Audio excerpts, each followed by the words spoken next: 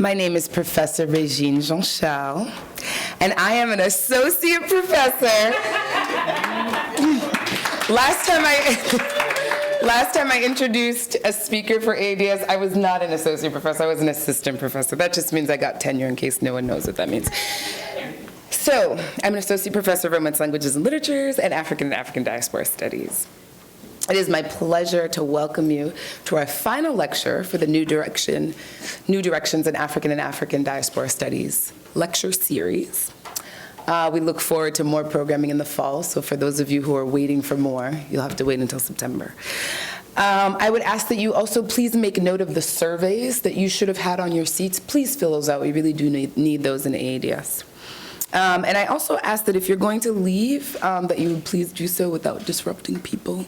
If you have to leave before the question and answers, we prefer that you stay to the end of the questions. Neil Roberts is an associate professor of Africana Studies and faculty affiliate in political science at Williams College. He received a BA in Afro-American Studies and Law and Public Policy from Brown University, and his MA and PhD in political science from the University of Chicago. A high school teacher, debate coach, and NCAA Division I soccer player. Division I. I know you BC people care about that, right? Division I soccer player prior to graduate school. Roberts is the recipient of fellowships from the Andrew W. Mellon Foundation, Social Science Research Council, and the Woodrow Wilson National Fellowship Foundation. He is also a member of the Caribbean Philosophical Association Board of Directors.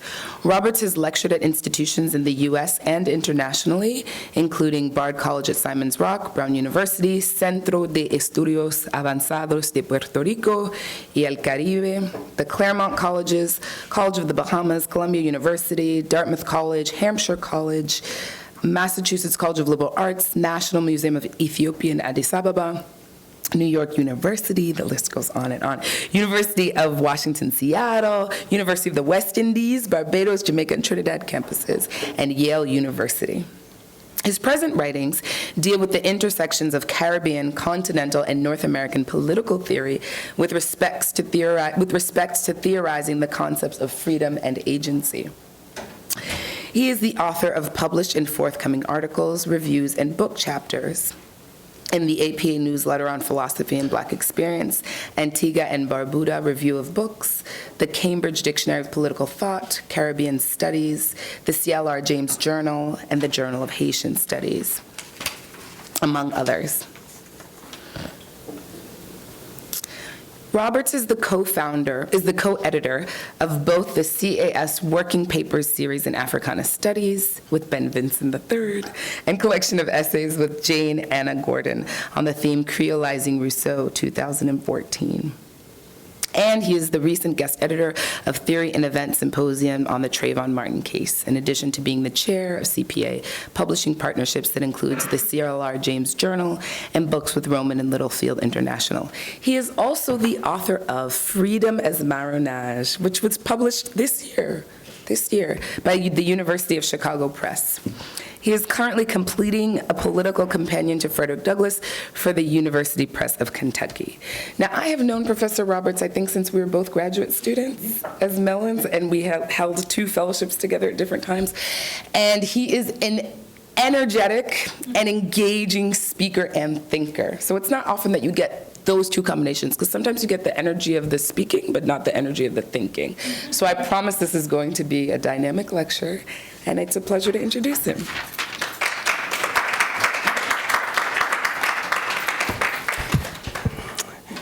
Thank you for that warm introduction. Hopefully I live up to both the energy and the intellect part.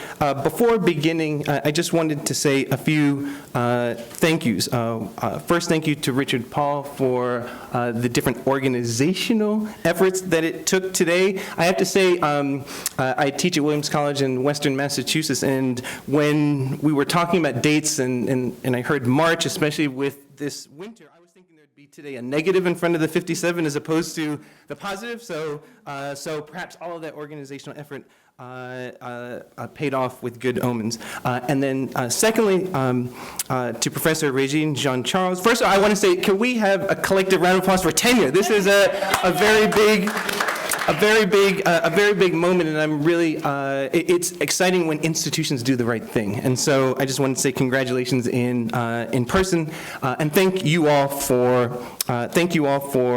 coming. And so what I want to be able to do today is a few things. One, to provide some background context to why I wrote the book Freedom is Marronage, of which I'll base a good portion of this particular talk. Second, to explain the third word in the title, Marronage, that is familiar to some, but perhaps not to others, and even those who it is familiar to, hopefully I'll at least try to have you entertained that how I'm using it at least perhaps expands our horizons. Thirdly, to talk about what are some of the core claims in this work, and then if you'll indulge me to be able to read a section of the book, and then hopefully have some engaging question and answer period. So with that, let me begin. I was born at the precipice of death, lungs flooded with fluid. A Jesuit priest read me my last rites. My life was expected to last only a matter of hours. My heart was failing me, but my family did not. My family maintained hope. I fought even though the memory of that struggle escapes me. And years later, I came upon Audre Lorde's words in Sister Outsider, imploring those who were never meant to survive to persevere, never give up, and excel despite the circumstances. This adage continues to resonate with me. I began graduate school at the University of Chicago in the fall of 2001. At that time, I was living in Washington, D.C. area. Those familiar, I was living in Cleveland Park area of Washington, D.C. Before going to graduate school, I was a high school teacher, and it was in Washington, D.C. That I then met my now life partner, Karima. Before I matriculated, my now wife stayed in Washington, D.C. for graduate school, and then I was moving off to Chicago. I don't know about those in the room who have been in long-distance relationships. Sometimes they work out, and unfortunately, many times they do not. And so Chicago is actually on a quarter system, so the actual academic period started on October the 1st. So I decided to actually move my belongings to the city of Chicago in August of 2001, and then I drove to Chicago, and then I flew back to Washington, D.C. Let's fast forwarding the story. I went to University of Chicago to work primarily with the late Iris Marion Young, who is was a well-known feminist philosopher, political theorist, and activist. And so even though in what was then the virtual age, I still pride myself in terms of having the first Hotmail account with my name in it. And so at that moment, even though I went to work with Iris Marion Young, we had only corresponded via email. And so while I was in DC waiting to return for the beginning of graduate school, Professor Young said, it would be really nice if we could actually meet before the fall term begins. And so our date that we were supposed to meet was September the 12th of 2001. And wanting to kind of get as much time in DC with my now life partner as possible, I booked a plane ticket on September the 11th of 2001 that we can retrospectively call 9/11. And as far as my understanding of the plane route of the plane that I was to take, it was one that would have intersected very closely with the plane, the terrorist attack that then went into the Pentagon. And I actually did know people who worked in the Pentagon. My family did not know, they knew that this was initially the date that I had booked. And then a week before flying out to Chicago, Iris Young wrote me and said, "Something has come up. Is there any way that you could possibly just change our meeting one day so that we could meet on September the 11th of 2001. And then that meant that I then shifted at the last minute my plane ticket to September the 10th. But my family didn't realize that I'd actually was able to change my ticket. Fast forwarding the story again, my sister Lisa, who lives in Atlanta, frantically called the number that she just had on file with me on the day of the morning of September the 11th of 2001, even though she didn't know I'd checked in. She thought I was dead, right? And she eventually did catch me in the morning. And then after the calming that she knew that I was alive, again, someone who initially wasn't supposed to be alive from my birth, the second time, she said, I said, what's wrong? And she said, you need to turn on the television. And the rest, of course, for those in the room, most of us, is history. The discourse on freedom in the wake of September the 11th, however, greatly troubled me. On the one hand, there were calls for cultural relativism and questioning of whether some people cherished, right? You guys have heard this before, right? That some people cherished the idea of freedom and understood what freedom means, and there are others who simply did not. This bothered me. I wanted to get at the root of this circularity. I also wanted to know why so little discussion of slavery and its relationship to freedom, why this had actually not occurred. And this was the moment that that my inquiry more deeply in terms of how we think about freedom and its relation to slavery really began. Additionally, in attempting to want to pluralize the conversations and interlocutors on freedom, I desired increasingly to want to tell the story of the history and the philosophical heritage of what we can call Afro-modern figures and movements, whose voices in those debates was being either silenced or, as Sibylla Fisher says, disavowed. Heretical figures in the European intellectual traditions still became a part of this evolving project, and also in this attempt of my attempting to wanting to put together an Afro-modern dread philosophy of history between past and future, I decided I wanted to write this book.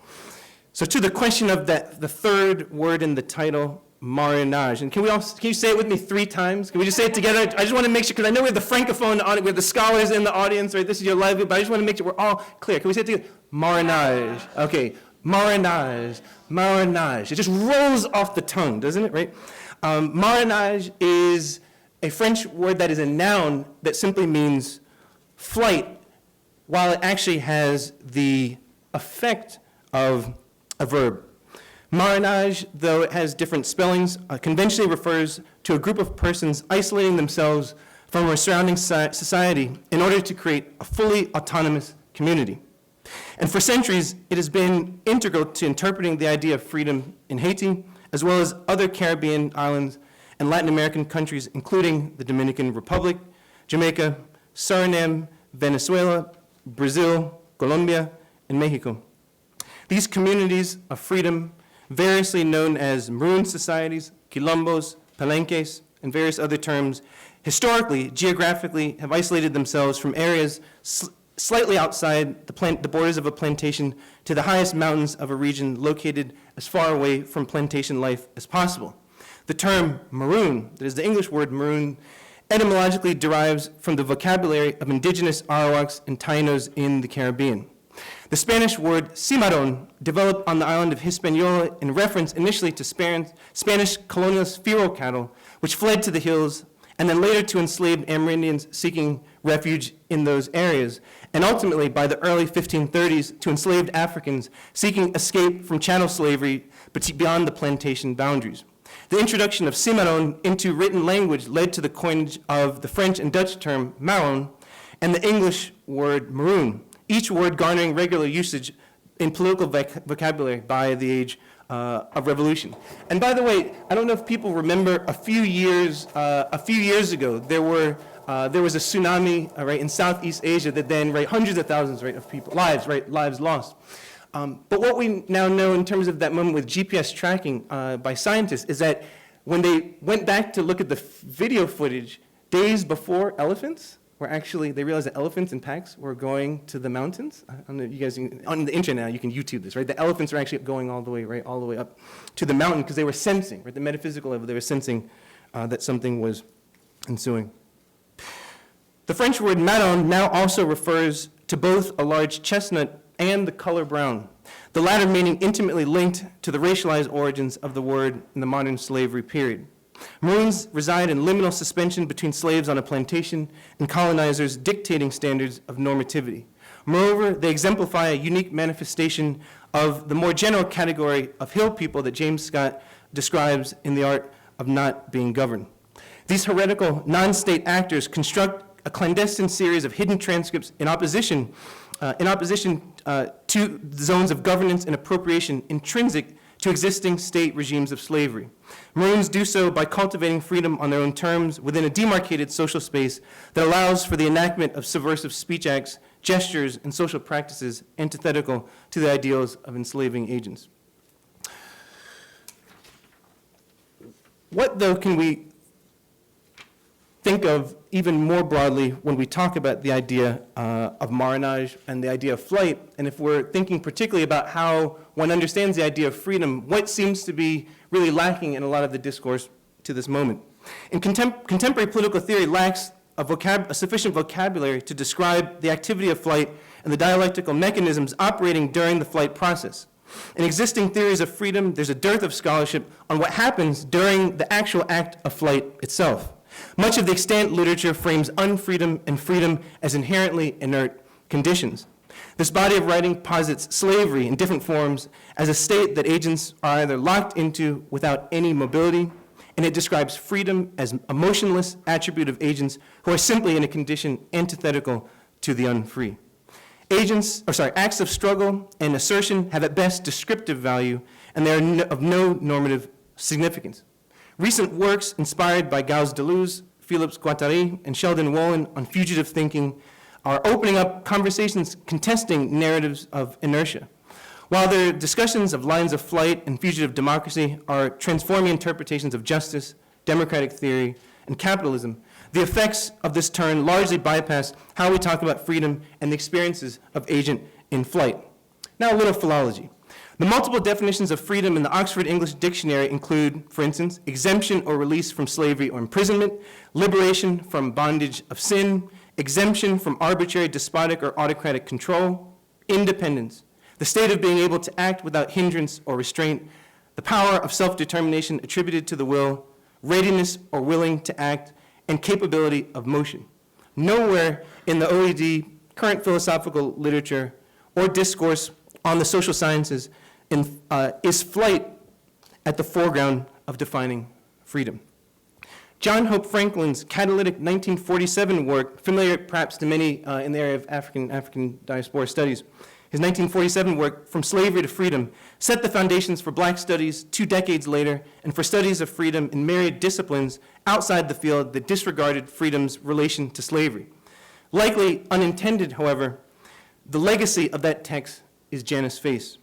While it brilliantly challenged Kantian notions of freedom and autonomy that were devoid of inquiry into slavery, it reified a polarized, static conception of slavery and freedom with no attention to the liminal spaces between these states and the relational nature of freedom. Marronage, I would suggest, fills the discursive conceptual void.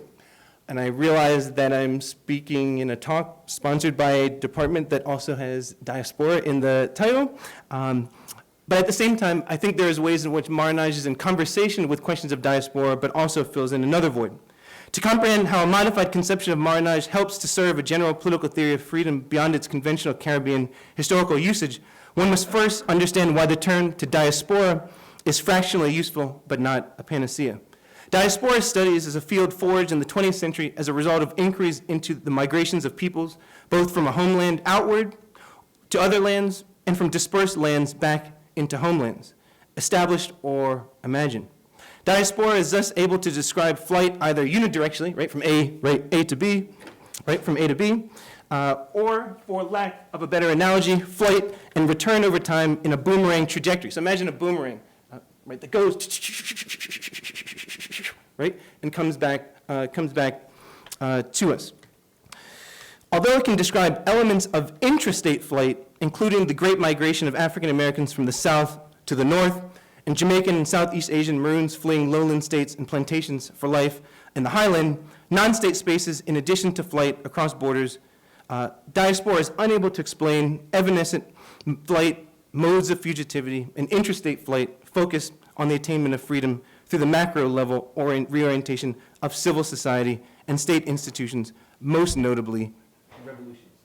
So one of the things I wanted to be able to have us think about is the narrative of Maroons and Marronage historically has been complex, because what we know in terms of the historical records, in terms of communities particularly, historically there's two notions of Marronage. One that's petite Marronage, which are just individual runaways, a slave who may want to run away for a plantation for 2 hours or overnight, right? Individual acts of truancy.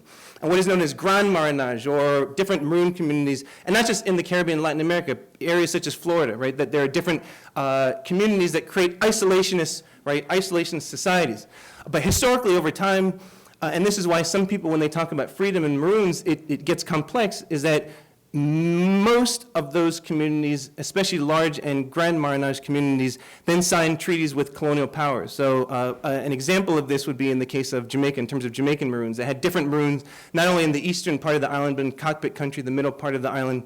And in essence, these treaties said, okay, instead of the British trying to invade a Maroon space, repelled, invade, repel, when they signed the treaties, part of the brokerings was that any new runaways, as long as you turn away any new runaways to us, that is us colonial power, then we will no longer invade your space. So next to the revolution in Saint Domingue, perhaps in the Caribbean before the Cuban Revolution, the largest uprising that perhaps would have been a revolution was the Morant Bay Rebellion. And Morant Bay Rebellion was killed by Maroons turning over one of its, the main leaders, Paul Bogle, who then was subsequently,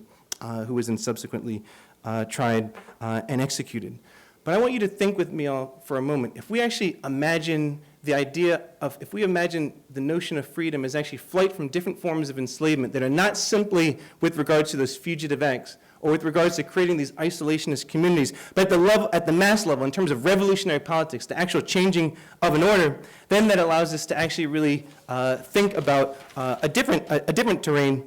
And then it really brings me to the core claims of this idea of freedom as Marronage. So the first, let's get over probably the first most controversial claim, that we're actually all born in not a state of freedom, but actually that we're all born into slavery.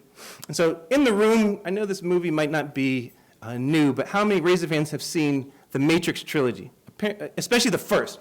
Okay, so popular culture. So if you remember the first, and then recapping your memory, and also for those who haven't seen it. The Matrix was a film, right? So you have the kind of main character, Neo, who, right, during the day has this boring, right, it's supposed to be this boring desk job, right, in a kind of high-rise building, goes in, clocks in at 9 o'clock, leaves 5 o'clock, has a small cubicle, makes a decent wage for him. But at night, right, Neo is this, right, internet hacker. And then he hears about this figure, remember his name? Morpheus, right? And, no, Morpheus, right? Morpheus. I don't have the cool glasses, right? The dark, played by Lawrence Fishburne. And Neo is someone who deep down feels that there's something just not quite right with the world that seems so ordered. Not perfect, right? But it seems so ordered and deep down. And eventually, fast forwarding the story, if you recall, then Neo meets Morpheus. And then he has the famous moment, right? The 2 pills. And Morpheus says, Neo, you can take 1 pill and you'll forget that this conversation we're about to have ever happened, right? And you'll go living in La La Land that you've been living in. But you take the next pill, I'm not going to offer you anything except, right, the truth. And what happens? Neo says, oh, sign me up for the second one, right? He takes the pill, and then what happens, right? The room starts to look crazy, things start to bend, and then ultimately, right, Neo gets sucked into something, and eventually he goes through a tube, and then all of a sudden, he then sees these, he realized he was in the Matrix, right? That the Matrix was a notion of control. It was a fabricated reality. And then he realizes when he emerges, when his head was plugged in, right? Unplugged to the ship, the Nebuchadnezzar, he realizes once he eventually gets plugged in again that, right, humans at that point are literally being manufactured on plantations, right? That there have been machines are literally being manufactured on plantations, and in fact, that what he thought was being born into a free life was in fact a life in which he was born into slavery, and in fact was just learning to even know what it would mean to attempt to try and get out of that state. And so the first claim of the idea of freedom as Marronage is, if we were to simply tape our optics upside down and suggest that we're actually, not just the period of racial slavery or transatlantic slavery, but through space and time, born into a state of enslavement, then freedom is actually, under this logic, the attempts at the flight from that originary moment. The second claim of this is the idea that Marronage is a process. It's something that we struggle towards, and we can as easily struggle towards achieving the free life as we can then leave that particular life. So when Rousseau says man is born free and everywhere is enslaved, how can that be? It's actually not a contradiction, right? It's actually one in which, or Bob Marley riffing on Marcus Garvey, and emancipate yourselves from mental slavery, none but ourselves can free our mind, is suggesting that there are physical notions of enslavement, but there's also the psychological. And so if we take the physical and the psychological together, then this process becomes multi-layered. The third claim, that slaves themselves are not in what Orlando Patterson famously calls a state of social death. And so Patterson has this notion, in some sense, that slaves are, living zombies, right? That in some sense, slaves are at the arbitrary will of somebody else, but in fact, slaves are themselves, have the capacity for action, even if that action is constrained. Last but not least is where, before I read an excerpt, is the ways in which the idea of Marronage pushes against what are really two poles of thinking about freedom in the Western tradition of thought. The first we can think of as what I call negative, and the second we can think of as positive. So may I have a volunteer from the audience? Anybody? Please. Yes, please, if you can. All right. Yeah, and so the first thing I have to say is just don't actually technically hit me, but I'm going to, so I'll come over here. So, all right, man, you can, right over here. All right, so just try and come at me in however way you deem that possible. I always said I would go for the No, neck. go ahead. Okay. Go ahead. Neck. Okay, just no freeze. We're going to do a matrix freeze. The first idea is the idea of freedom, and do it again. Just hold just right there. Gotta stay here. Right, of non-interference. And this goes back from Thomas Hobbes all the way to Isaiah Berlin's two concepts of liberty in the mid-20th century. And both that the liberal tradition suggests that what freedom is the ability of an individual, do it again, to not be interfered by somebody else. Thank you for your demonstration, and thank you for not actually physically hitting me. But the idea is this idea that freedom is what freedom is, and this goes back to a liberal tradition that starts with Thomas Hobbes' Leviathan in 1651. That it's the idea of non-interference, that someone should not be able to someone should not be able to interfere with another agent's life.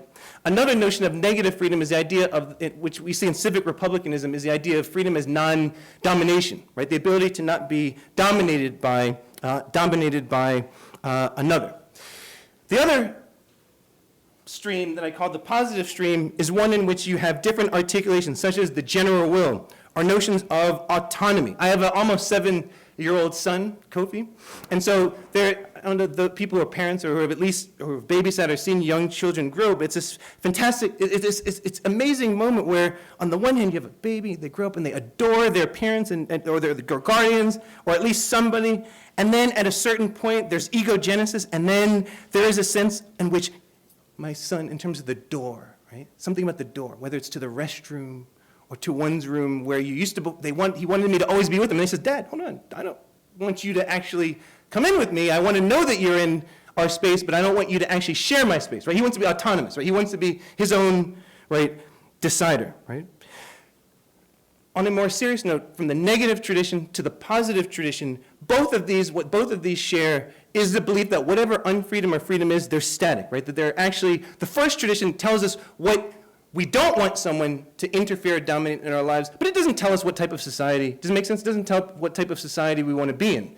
The other stream actually tells us what types of constitutionalism we want, what type of senses of ourself that we want to be in the world, but it doesn't tell us what we want to extricate ourselves from. There are these kind of rigid poles. And the idea of Marronage I want us to think about, not just at the individual level, but in the question of revolutionary politics, whether that is talking about the American Revolution or the Haitian Revolution, which I spend a couple chapters on, and various other social, what Frantz Fanon calls in Black Skin, White Mass, the flight from the zone of non-being. Fanon, in the beginning of Black Skin, White Mass, says that the black man and woman resides in a zone of non-being that is a sterile and arid region that nonetheless is where an authentic upheaval can be born, right? There's a certain way in which even if we're in a state, as Rastafari call the state of dread, even if one is in a dread condition, we still have the capacity to be able to exit from it. And that, in fact, is really where a lot of this notions of bringing the negative and the positive together actually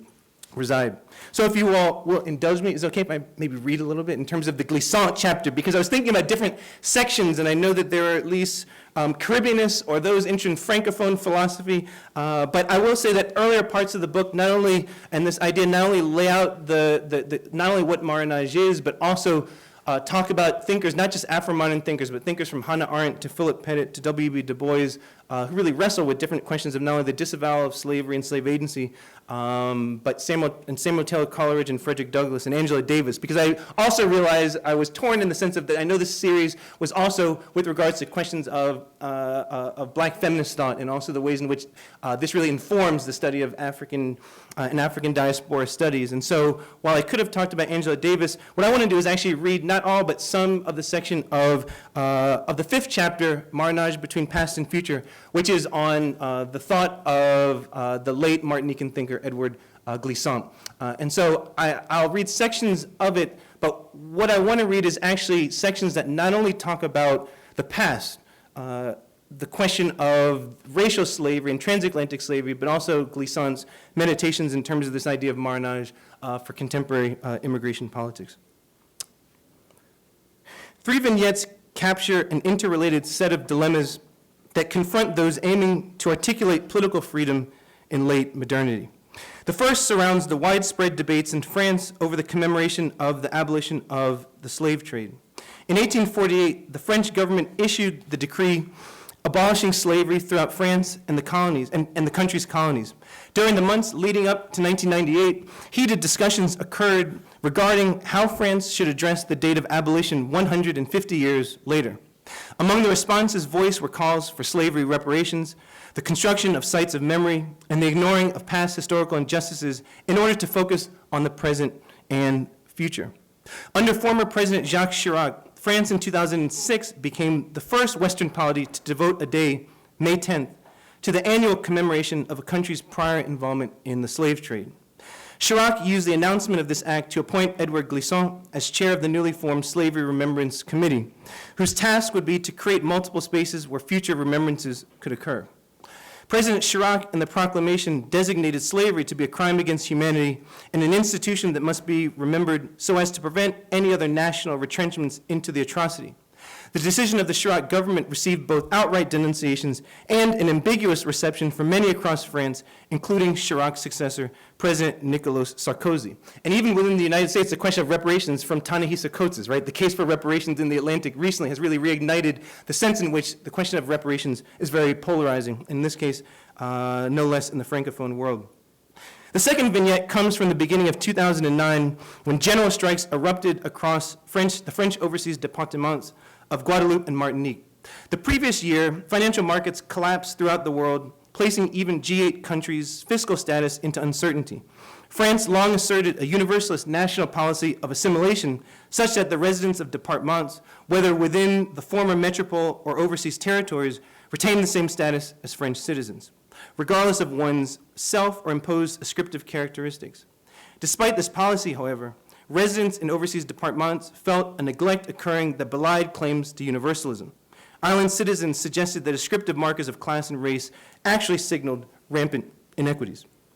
Guadeloupe and Martinique at the time were also at the very top of the list of territories with the highest unemployment rates in the European Union. The prices of commodities and living expenses increased exponentially as work continued to disappear. Disgruntled residents eventually took to the streets, picketed, demanded accountability and attention, and yet simultaneously faced the reality that their islands had neither advocated for independence from nor enacted a revolution against France. The paradox of asserting particularity amidst being a part of a universal French body ensued, and only after the French government conceded to a series of demands did the general strikes end. The third key moment, beyond solely the Francophone world, is still unfolding. From December 2010 to 2013, revolutions against authoritarian rulers erupted in the Middle East and North Africa. The revolutions in Egypt, Tunisia, and Libya in particular have been especially noteworthy. Although the specifics of each country's uprising have differed during the Arab Spring, there are commonalities that have confounded scholars who had not probed closely enough into the meaning of freedom. Most of the uprisings have been organic, without premeditated planning. Most situate the activities of masses against the rule of a leader who had spent decades usurping power for personal benefit at the expense of the collective. Most challenge realpolitik assumptions of the war on terror after September 11th, whereby the actions of a limited number of violent non-state actors became proxies for the views of an entire citizenry thought neither to value nor understand the idea of freedom. Now, I would say even now the complexities regarding the discourse on ISIS raises a lot of this as well. Perhaps the largest commonality among the revolutions is the utterances and billboard signs of individuals and groups, a significant number of whom are young adults who conceptualize themselves as slaves who desired to be free. That the Egyptian revolution centered on Tahrir Square, Tahrir meaning liberation, is noteworthy. And the imagined structures of the governance following the revolutions and Libya's decentralized civil war, however, are where the commonalities no longer cohere. Moreover, liberation is but one aspect of the complex process of becoming free. All three examples underscore our late modern impasse on thinking about freedom, and it's the recently deceased Martinican thinker Edward Glissant, I contend, who provides a system of thought grounded in the concept of Marronage that offers a useful framework for attending to the problematics of our late modern time.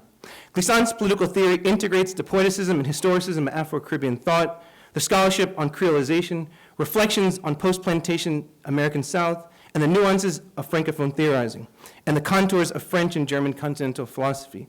In earlier works such as the epic poem Indies in 1956, the novel The Ripening in 1958, the play Monsieur Toussaint in 1961, and the theoretical tract Poetic Intention in 1969, Glissant explores the impact of Columbus's voyages and the rise of Toussaint Louverture for revolutionary politics in the Caribbean and the Americas. The middle phase of Glissant's oeuvre interrogates post-colonial Caribbean political solidarity movements and the meaning of freedom for agents in differing nation-states who are seeking to reconcile language, culture, politics, and conceptions of the political.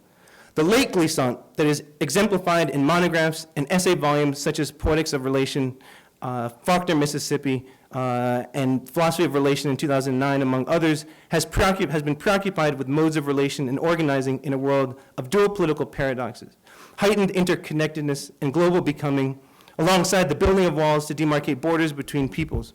Glissant thus probes the possibility of Martinican and Caribbean nationalisms, as well as global interrelations across nation-state borders.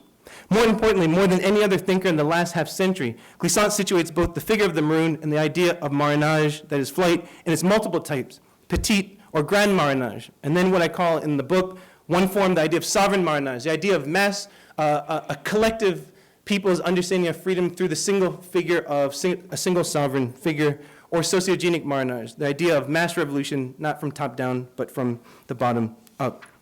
And so what I want to do is actually read an account of Glissant's novel from 1964 that was called, in translation, The Fourth Century. And the Fourth Century is where Glissant is actually wrestling with the historical notion of marronage, the either individual forms of petite running away, petite marronage, and also these grand marronage communities. And then I'll say something at the end in terms of the ways in which he wanted to get beyond that. Glissant's novel, The Fourth Century, demonstrates how poeticism can serve as a medium to specify principles of freedom and historicism that alone cannot accomplish. The term poeticism refers to the spheres of poetry and fiction, playwriting, music, sculpture, painting, and the physical and imaginative arts more broadly. It may include aspects of the historical, as Glissant's work shows, but poeticism differs from historicism in the style and forms of expression. Glissant composes fiction that integrates mythic thought and phenomenological accounts of characters' lived experiences, going against a subsequent communicative turn in critical theory that posits rationality and reason outside the realms of myth. The rational and the irrational, whether premised on metaphysics, myth, or individual belief, each are compatible with reason. The 4th century is set on the island of Martinique. The story takes place from the latter portion of the 18th century until the mid-20th century and centers on two families. And to pay attention, right, these centers on two families, the Longuet and the Beluses. The additional family lines, that is the Targans and the Celots, it's kind of like a Game of Thrones type of story, right? Trace their members to the Longuets and Beluses. And all four families become integral to Glissant's novel as a whole. The Longuets are descendants of a long line of Maroons, and the Beluses lineage comes from slaves on one of the earlier Martinican plantations. The start of the novel describes an exchange between the last living Longuet, Papa Longuet, and a boy named Matthew Belus, who in 1940 sought out Papa Longuet in the elevated Forest Hills. The Longuets and Beluses have developed a deep antipathy for one another, and Matthew desires to find out from the elder Papa Longuet, a quimboissier, a seer, that is, the details of the past and omens for the future. Papa Longuet's parentage is heretical in that his mother, Stephanies, was a Belus who ended up living with a Longuet named, I love this word, apostrophe, right? Going to the hills and bearing a child, Papa, who possesses the gift of sight, right? The gift of sight across space and time. Du Bois riffs on this in The Souls of Blackfoot, right? The idea of the seventh son, right? The individuals who can see, right, beyond the physical. In the course of the story, the 4th century explores petit marronage, grand marronage, plantation politics, the political after emancipation, land and landscape, and the dilemmas confronting both Maroons and non-Maroons alike in the post-emancipation period who come to the realization that emancipation and freedom are not synonyms. We learn that in July 1788, on the eve of the French and Haitian revolutions, two ancestors from Africa are taken against their will on the slave ship Rosemarie. These men witness the atrocities of the Middle Passage, unsure of what their future shall hold. On board the ship, a fight breaks out, and one captive nearly kills the other. The ancestors eventually arrive on Martinique, immediately part ways, and decide on competing visions of how best to survive. The first approach, by the Negro Maroon, as Glissant writes, by the Negro Maroon, the one they hunted one whole evening with dogs, Longuet, is to escape from the sands on the shores and run away as far as possible, taking flight to the hills and mountains to inaugurate a lineage and generations of Maroons. The original Longuet is a Maroon from the first day, Glissant writes, Maroon from the first hour. In the eyes of the plantocracy, or slaveocracy as I call it earlier in the book, and slave populations, the Maroon is the personification of the devil, because she or he is the one who refuses. Perspective, however, is Janus face. The Maroon for Glissant is heroic, the ultimate negator, who institutes a negative dialectic in the act of great refusal, rejects everything associated with slavery, the plantation, and colonization. The second survival approach enacted by the first Belus is to become a slave, a creolized African in the Antilles on the Senglice plantation. Slaves lack the Maroon's capacity for movement. Motionless, quote unquote, Glissant writes, is thus a word of fear uttered frequently in the text. Senglice slaves are all motionless in the stagnating hours, walled inside white, motionless death, says the narrator. Belus becomes the procreator of slaves for the Senglice estate, watching days when then years go by, pondering ever so often, despite hatred of Longuet, the choice made to opt out of flight. Belus presents us with the question of whether the slave is a potential future negator or the archetype of political assimilation. Papa Longuet uses his powers to transport Matthew back in time to observe select scenes from the site of entanglement on the slaver. And Matthew repeatedly refuses to acknowledge what has transpired concerning these two modes of existence and what it means to be free. Glissant, via the omniscient narrator, expands the boundaries of analysis on slavery and freedom through the examination beyond the bidirectional focus of the worlds of masters and slaves. Glissant describes a third tier of complexity, the distinction between slaves and Maroons. And in another novel, The Overseer's Cabin, Glissant shall introduce a fourth tier agent, that is the black overseer, who in the language of Caribbean interpretations of Shakespeare's The Tempest occupies a liminal spectral role similar to that of Ariel. Names in the act of naming are critical to Glissant's explication of freedom. Whereas Balouse is given, he says, a name by his plantation mistress, Longuet, he writes, chooses one. I named you, Balouse, for the good use I could make of you, he writes. Longuet deplores the reduction of humans to the utility and instrumental reason. Longuet's act of taking his name is demonstrative. He took the word Dongre and said it his way, Longuet, Longuet.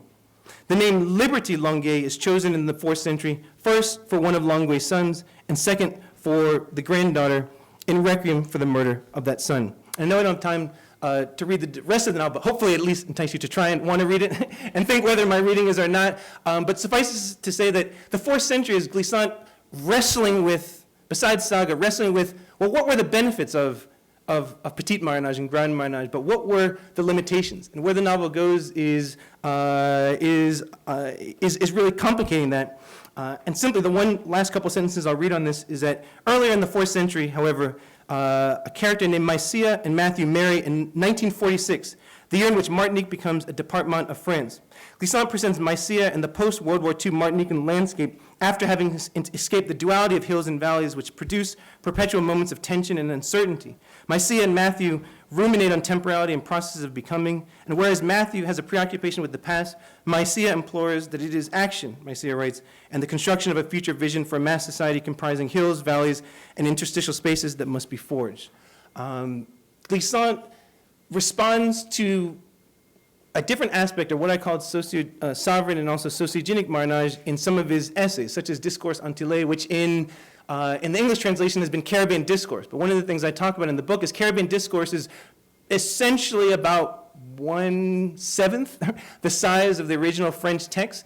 And the translator of that text, is kind of a famous scholar of creolization, actually, when I trace it, excised almost all of the discussions of Maroons and Marronage in the book. And one thing I write about in this chapter is Glissant has a chapter called Resistance in it, and Michael Dash had also taken out that section. So there's ways in which people think that the discussion of Marronage, I don't want to give away the details, I'm just giving you tasters, right?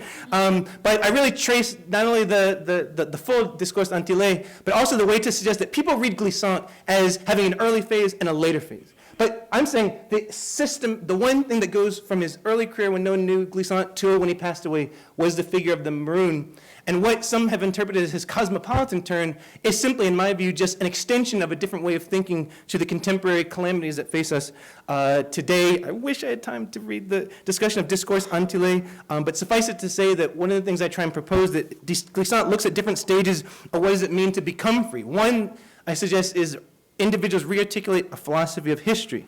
They also have to wrestle with what Glissant calls détour and retour, right? Detour or return. Individuals have to think about resistance as an act or a struggle of attempting to break free from one's chains. Going back to the metaphor of the Matrix. You guys remember the Matrix 1? When Morpheus is in the high-rise building and his eyes are back, and he's sitting on a chair, and his hands are chained, and Neo's in a helicopter with someone else, and they're trying to rescue Morpheus. Do you guys remember this? And then Morpheus, all of a sudden, they say, Morpheus, run, Morpheus!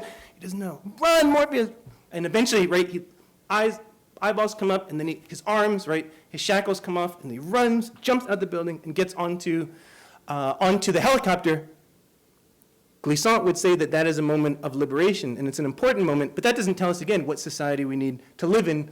It has to do also with acts of constitutionalism that we have to think about. Where I want to end, because I think the question and answer, to give time for a question and answer period, is to really talk about not simply the Discourse Antillais, but something that Glissant ends with at the end, in this later period, which is the question of migration, of what I call here refugee immigrants, and how that actually really brings us to not only talking about different modes of flight, that those in diaspora studies are familiar with thinking about not only flight unidirectionally or in the boomerang effect, but also intrastate forms of movement. The three vignettes that I began this earlier reading with reveal the present impasse on freedom. So I want to conclude with a discussion pertinent to each case, that is to Glissant and freedom in late modernity. In 2007, Edward Glissant and Patrick Chamoiseau published the political treatise in translation, When the Walls Fall, in response to French President Nicolas Sarkozy's proposal to create a Ministry of Immigration, Integration, National Identity, and Co-Development. The treatise is based substantively on Glissant's philosophy. While its audience is primarily observers of Francophone politics, the stakes of its assertions are global, inclusive of debates on the Golan Heights and the Gaza Strip, in Palestine, the Arizona Senate Bill of 1040, the United States-Mexico border, gypsies in Germany, Somalis in Kenya, and Asians seeking asylum upon arriving via boats or on foot. The increase in migrants seeking relocation to France after 9/11 and the war on terror and the rise in Islamophobia lead to trenching discourses on security and freedom. Glissant and Chamoiseau find meaning in the building of walls, physical structures, public policies, and the walling of rigid identities. Walls result from long-time reification of sameness of identity and the fear of difference. The manifesto criticizes the nation-state as a form, arguing that we do not belong exclusively to a country or to a nation. We, that is, the tout monde, belong to places of mondialité, linguistic places, places of the imagination, landscapes of the political through which we have movement around the world within and across borders. This stance complements Glissant's assertion that, quote, we are not the owners of the earth, we are the custodians of the earth, end quote, who must espouse an attitude of inclusion rather than exclusion. Glissant's dismay with Europe's retrenchment to border policing is coupled with a belief that Europe, like the Caribbean before it, is transforming into an archipelago. Europe, Glissant argues, must develop into what he calls an island region. An official administrative life still takes place through nation states, but quotidian and cultural life has already gone beyond this stage and put regions in contact with one another. The refugee immigrant is a late modern maroon straddling the outward flight into diaspora of genres of Grand Marronage and macro visions of another world in the Vevey architectonics of the sociogenic imagination. Refugee immigrants deny isolationism and perpetual domesticity, and they desire movement across borders throughout the island regions of the globe. Involuntary or stateless immigrants take lines of flight to flee regimes of unfreedom. Immigrants fleeing to another polity may have reasons that justify flight to a place where the act of becoming can expand.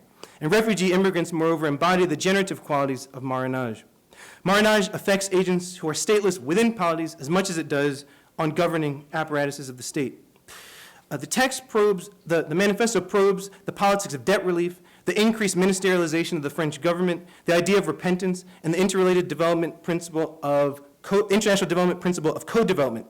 Co-development is a doctrine that aims to foster immigration that will benefit both the country migrants leave and one in which they relocate to. The influx of refugee immigrants and the remittances sent back to the home countries of migrants granted asylum.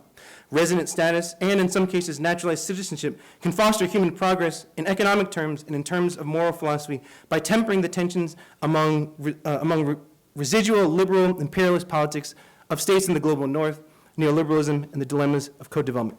3 more paragraphs, I promise. Cross-border flight opens opportunities to the refugee immigrant. At the same time, the polities a migrant flees have the responsibility to restructure their states. And really, this is the big difference, right? People think, especially in terms of migration, that it's simply individuals leaving a state, or maybe there are remittances, but not the sense in which the states in which one came from also are undergoing forms of transformation. And Edwidge Danticat writes about this beautifully in a short story, right, The Children of the Sea. Right? They must undergo flight between political orders that in the long term will allow intrastate strengthening and relation between inhabitants of states and migratory diasporic communities. Freedom in our contemporary world lies not in the permanent vision of Leviathan, but the taming of Leviathan through these lines of flight. Co-development in practice, however, has been a way to limit quantitatively the number of immigrants permitted into a state, thereby making it a qualified principle. The word integration and the phrase to tolerate differences. There's a lot of toleration in a lot of college campuses. How do you tolerate differences, right? Collapse into platitudes. Co-development arguably is not a joint venture, but a pretext under the guise of the political language of toleration to appease weary citizens, humiliate the immigrant, and stifle freedom. Although they offer only conjunctures about debt forgiveness for slaveries, colonizations, genocides, and the Holocaust, Glissant and Chamoiseau are emphatic in their concluding appeal to the humanity to abolish all existing menacing walls. The reaffirmation of the humanity of the slave is a consequence of Marronage, and freedom can emerge only when mechanisms of enslavement and partitioning are raised. This must be our humanistic vocation. The vocation is more than a method. It is, as Sheldon Wolin notes, an epic calling. Glissant upholds the dictum of Marronage as a vocation. The Maroon's vocation, he writes, is to be permanently opposed to everything down below, the plain and the people enslaved to it, and thus to find the strength to survive. Marronage is neither reducible to fleeing from states, nor to movement within state borders. It's perpetual flight from slavery and an economy of survival. Late modernity poses obstacles to the achievement and maintenance of this vocation, but then again, the absence of a struggle to survive on the landscape would mean that we had never experienced the process of becoming free in the first place. Thanks for the time.